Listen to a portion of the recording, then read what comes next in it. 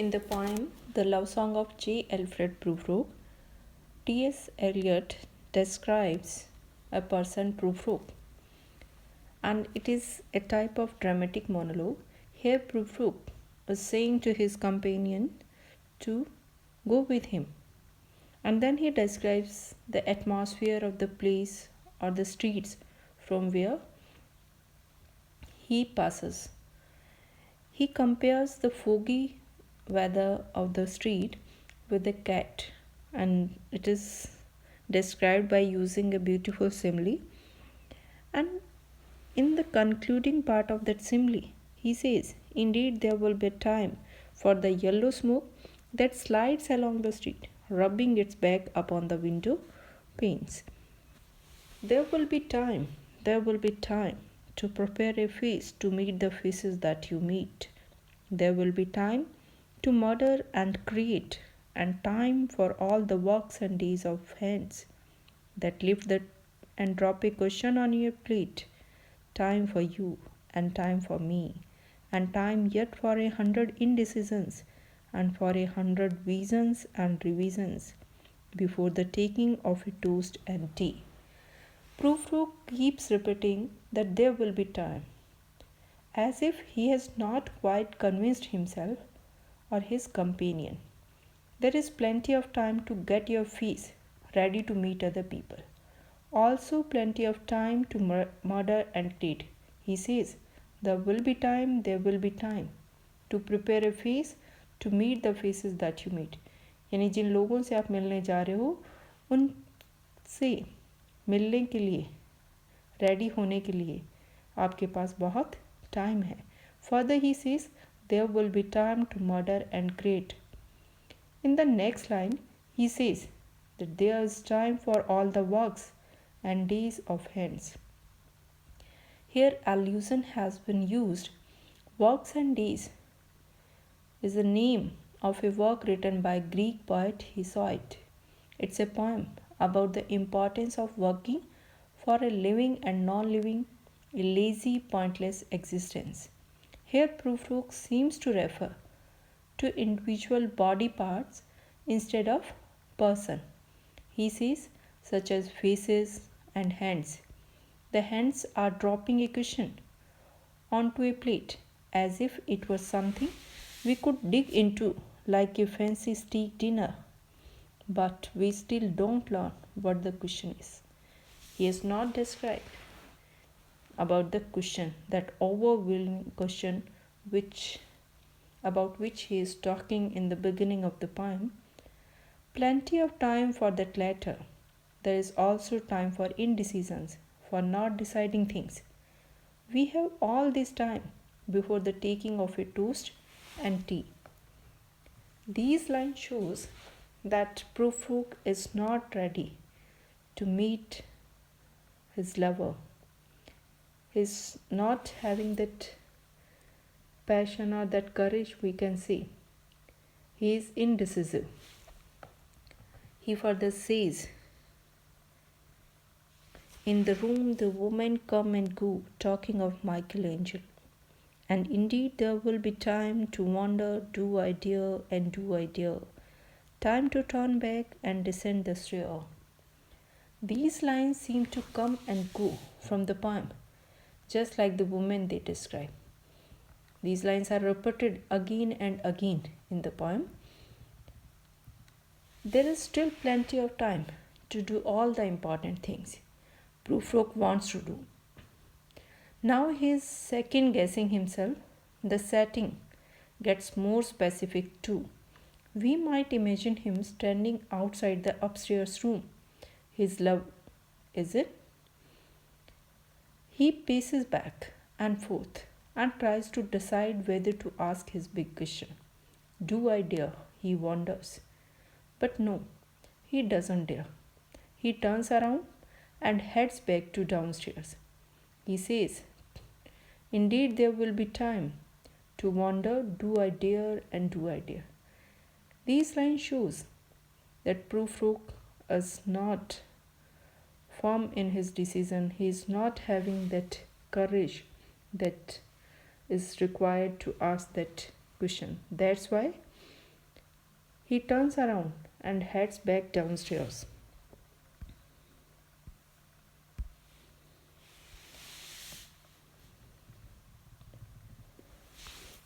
With the bald spot in the middle of my hair, they will say how his hair is growing thin. My morning coat, my collar mounting firmly to the chin, and necktie rich and modest, but asserted by a simple pin. They will say, but how his arms and legs are thin. Now Prufrock is going to describe his appearance, and the first thing we learn is that he has a big bald spot. He is probably a middle-aged person, or at least close to it. That's why he is losing his hair. Also, he seems worried about what people will say about him and his bald spot and his thin arms and legs. His only attractive features, which are funny enough, are his clothes. He has a nice coat and necktie which he wears according to the fashion of the time. He is not a trendsetter, though he is trend follower. Prufrock's concern about what other people think might make us suspicious. He says, do I dare disturb the universe? In a minute there is time for decisions and revisions which a minute will reverse. Prufrock doesn't want to rock the boat or disturb the universe. That would involve taking a risk, and risks are not Prufrock's thing. But he still insists that he has plenty of time, even though he has not done anything in the poem yet. He insists that everything could change in a minute if only he could make a decision. But things can also change back again in another minute once he revises the decision he made. Kind of like when he was about to enter the room to tell his beloved something and then went back down the stairs. So he's not able to take the decision. He decides, but in a minute he reverses. For I have known them all already, known them all, have known the evenings, mornings, afternoons. I have measured out my life with coffee spoons. I know the voices dying with a dying fall beneath the music from a farther room. So how should I presume? Now he is trying to convince us that he is a wise man with lots of experience. He does not need to do anything because he has done everything already. He says, for I have known them already, known them all. And by done everything, we mean he has survived evenings, mornings, and afternoons. He has drank a lot of coffee. In fact, his whole existence can be measured by how much coffee he has drank. Prufrock says he has heard voices dying or fading away when music starts to play in a farther room. We already know that he has a hard time entering rooms that contain people he wants to talk to. So he has to settle on overhearing other people's voices through the walls. He lives through other people. The phrase dying fall is another literary reference, this time to Shakespeare's famous play Twelfth Night. In the first scene of the play, a lovesick count named Orsino is listening to music that has a dying fall. The music reminds him of his love for one of the other characters. In this poem, however, it's as if Prufrock were overhearing the voices of another couple, maybe Orsino and his beloved, in another room, which get covered up by yet another room even farther away. It's a tricky image, we know. But the point is that Prufrock can only experience love at second and third hand. If Orsino's love is the real thing, then Prufrock is just a copy of a copy of a copy. Finally, he asks, "So, how should I presume?" To presume is to take for granted that something is the case, but Prufrock is just looking for any reason not to ask his important question. He doesn't want to presume that he will get a favorable response. This is pretty cowardly of him. He is a coward.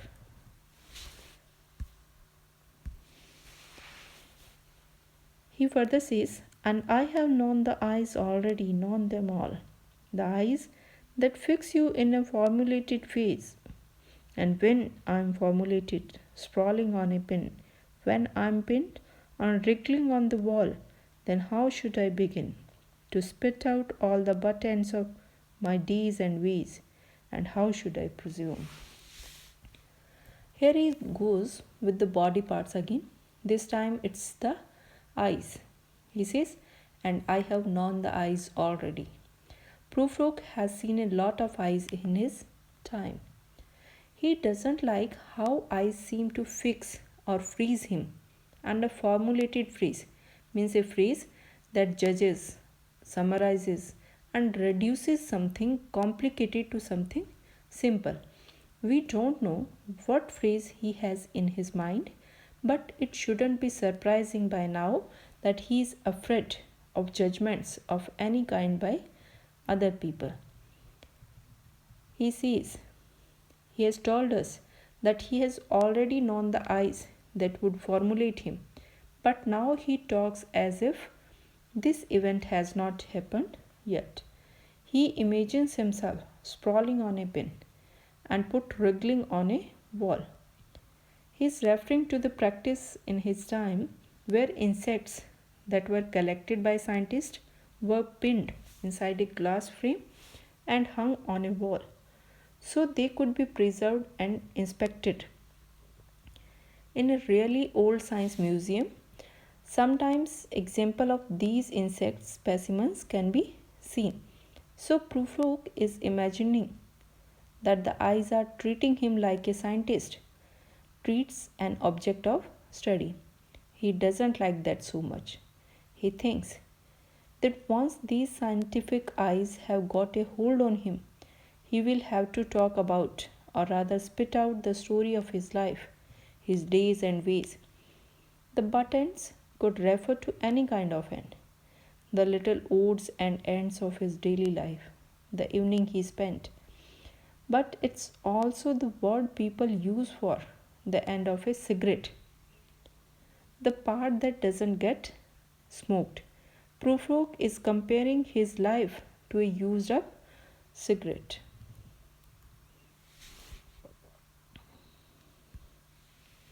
And I have known the arms already, known them all. Arms that are braceleted and white and bare, but in the lamplight, down with light brown hair. Considering how much he dislikes scientific observation of himself, he sure does it a lot to other people. Here he sees women merely as arms, and he uses the same repetitive phrase about how he has known them all. He sounds tired and bored, as if he were saying, "If I have to see one more white arm with bracelet on it." But he seems pretty excited about the arm in line number 64 when he says,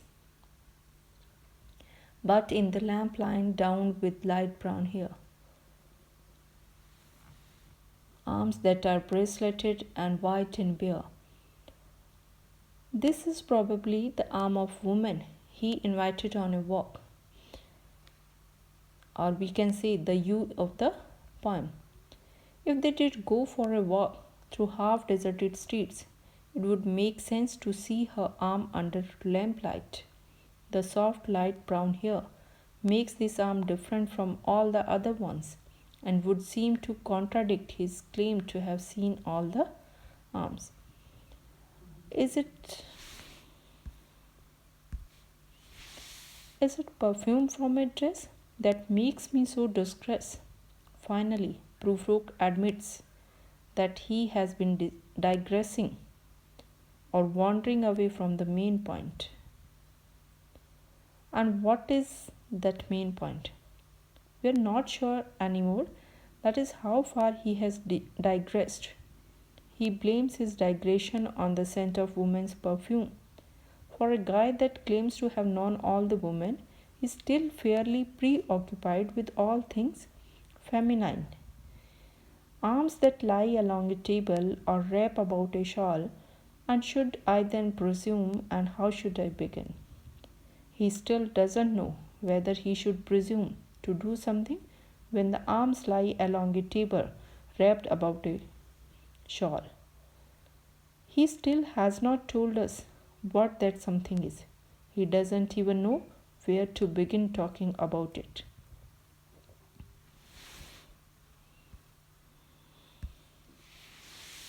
Shall I say, I have gone at dusk through narrow streets and watched the smoke that rises from the pipes of lonely men in shirt sleeves leaning out of windows. Here he wonders how to begin to talk about that difficult subject, and the difficult subject is himself. This is the story of his days and ways, and it begins, I have gone at dusk through narrow streets. He begins his story. He says that I have gone at dusk through narrow streets. He is basically taking us back to the beginning of the poem. The most interesting new detail he has to offer us is that he saw lonely men smoking pipes out of their windows. Some people bring the party with them wherever they go. Prufrock brings the loneliness with him.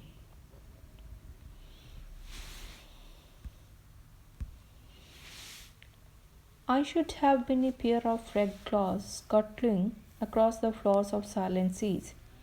Here is another image from way out of left field.